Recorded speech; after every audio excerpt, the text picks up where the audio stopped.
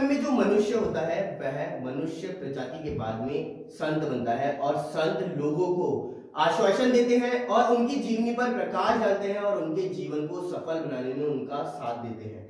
लेकिन वह संत कैसे बनते हैं यह आप में से किसी को भी नहीं पता होगा, लेकिन आज हम हमारे चैनल के माध्यम से आपको वह बताने जा रहे हैं, क्योंकि आज हमारे साथ हमारे स्टूडियो में मौजूद है संत स्वामी हरिचेतन जी महाराज। तो स्वामी जी, आपका स्वागत है हमारे स्टूडियो के अंदर और मैं आपकी जीवनी की ओर प्रकाश डालना चाहता हूं उनकी और लोगों को बताना चाहता हूं कि कैसे एक साधारण मनुष्य संत की ओर अग्रसर होता है और वह संत बनता है।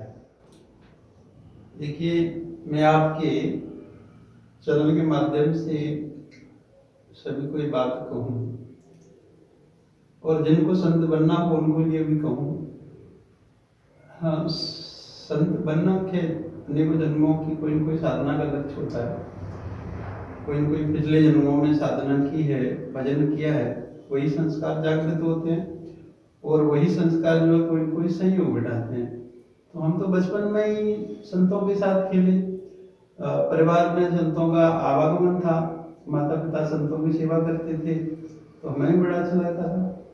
नारद जी की तरह हम संतों में खेलते कूदते, तो वो उनके मुखारबिंद से कथा प्रवचन सुनते थे, भक्तों की कथा सुनते थे, तो मन में आता था बोले हम भी जंगल में जाकर के कहीं तपस्या करें।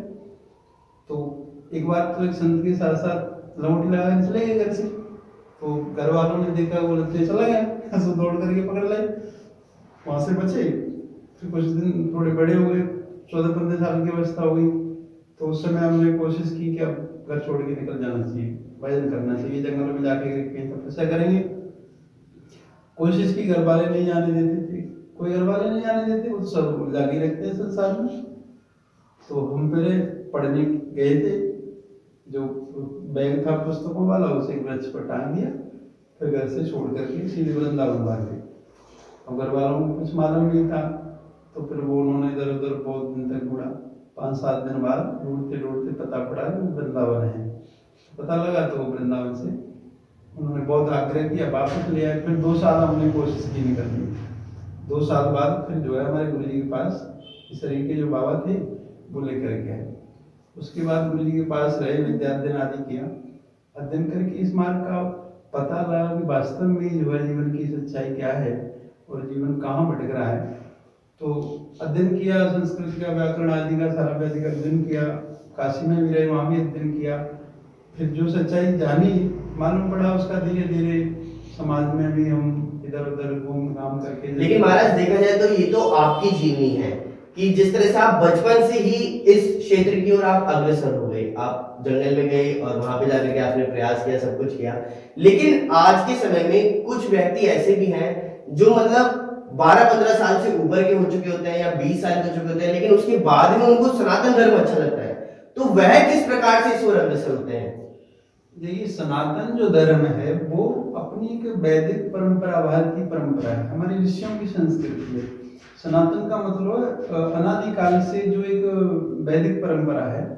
आज धर्म की जो शाखा है विखंडित हो गई, लोगों ने मनमाने ढंग से अपने अपने अनेकों धर्मों की कल्पना करी, लेकिन हम सब एक मूल स्रोत से जुड़े हुए हैं। मानव मात्र का जो धर्म है वो सनातन धर्म है। धर्म एक ऐसी प्रक्रिया है जो प्राकृतिक व्यक्ति के जीवन में घटित हो रहा है, उसी को सनातन धर्म कहते हैं। और हर व्यक्ति जीवन की सच्चाई के साथ जीना चाहता है। उसे अन्यत्र करके बेला फुसला करके उसे अन्यत्र किया जाएगा तो उसे आंतरिक मनुष्य स्वीकार नहीं करता। सब सच्चाई के साथ जीना चाहते हैं, तो सबको मन करता है वो उस हम सनातन से जुड़े, उसी के साथ जीवन जिए। लेकिन महाराज आज के समय में जो हमारी जनता है वो आपको देख रही है, तो उनका सबका एक ही सवाल होता है कि जो नॉर्मल मनुष्य है, सामान्य मनुष्य है, उसके जीवन के अंदर इतनी कठिन परिस्थितियां रहती हैं, सब कुछ रहता है, उसके सुबह से लेकर के शाम तक के शेड्यूल के बारे में कुछ डिसाइड नहीं रहता। लेकिन उसके बाद भी अगर हम सनातन धर्म और संतों को देखें तो वह बिल्कुल मोह माया से बिल्कुल अलग रहते हैं, बिल्कुल शांत स्वभाव के होते हैं। क्या उनको किसी प्रकार की टेंशन या कुछ नहीं होती? देखिए, केवल कोई बेस से कोई संत बन गया, बेस से संत बन गया तो जरूरी नहीं है कि वो उसे टेंशन नहीं हो। किसी को टेंशन नहीं होती या मोह माया नहीं होती, वो एक वैचारिक क्रांति है। भीतर से व्यक्ति को वैराग्य जागा है इस प्रकृति का अनुभव जागा है, बोध जागा है, तो वो इन चीजों से ऊपर उठ जाता है। और उसे बोध नहीं जागा है, इसी संसार को, जगत को वो सत्य मानता है, सब कुछ मानता है, तो इसमें लिपायमान रहता है। तो बोधवान वैराग्यवान व्यक्ति इन चीजों से थोड़ा ऊपर उठ जाता है, तो उसे मोह माया नहीं होती, उसे विकार नहीं सताते, बुराइयां नहीं सताती। लेकिन इन सब में लिपायमान है तो दुखी होता है। लेकिन महाराज अगर हम वही देखें तो आप बता रहे जिस प्रकार से संत स्वामी अपने एकाग्रचित मन करने के लिए जंगलों की ओर अग्रसर हो जाते हैं, तो ये जंगल की जो प्रणाली है ये क्या बहुत पहले से चलती आ रही है या वहां जाकर के एक अलग इसी चीज की वो मिलती है? मतलब क्या नॉर्मल जगह पे ये चीज नहीं हो सकती?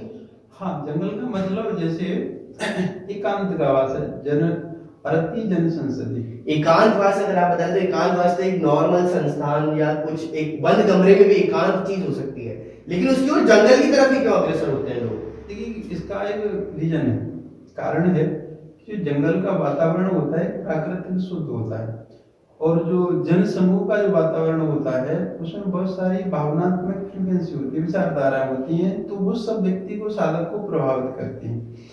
हमारी परंपराओं में जो है ब्रह्म मुहूर्त में सुबह उठ करके ध्यान के लिए कहा जाता है। क्यों कहा जाता है? क्योंकि उस समय का वातावरण शुद्ध होता है, तो वो अपने विचारों पर प्रभाव डालता है।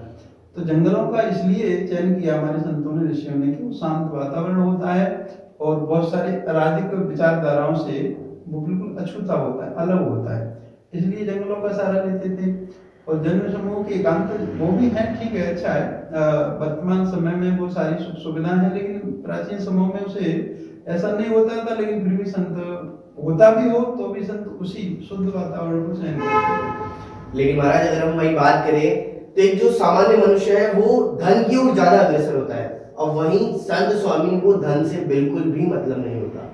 तो क्या ये कहना बिल्कुल सही है? नहीं, देखिए, धन मानव जीवन का एक महत्वपूर्ण अंग है, हिस्सा, संपूर्ण हिस्सा नहीं है, लेकिन एक हिस्सा है। और सारी प्रवृत्तियां जो है जीवन की आवश्यकताएं धन से पूर्ण होती हैं। तो संत भी यदि सामाजिक धर्म प्रचार प्रसार ये सब करता है, समाज को दिशा निर्देश देता है, तो धन की तो उसे भी आवश्यकता है, उसे सहारा लेना पड़ता है। बाकी जिसे साधना करनी है, भजन करनी है, तो उसे इस चीजों की आवश्यकता नहीं होती। जीवन निर्वाह की आवश्यकता है तो भिक्षा मांग करके खा लेता है। लेकिन संसार में गृहस्थ जीवन में जीने वाला व्यक्ति, उसके लिए तो धन महत्वपूर्ण है, और उसे कमाना चाहिए, परिश्रम पूर्वक कमाना चाहिए, धर्म पूर्वक कमाना चाहिए, ज्यादा से ज्यादा कमाना चाहिए। चलिए, तो आज हमने जाना कि किस प्रकार से एक सामान्य मनुष्य संत की ओर अग्रसर होता है और वह संत बनने के बाद में क्या कार्य करता है। तो आज के हमारे इस खास प्रोग्राम में बस इतना ही। देखते रहिए News 19। नमस्कार।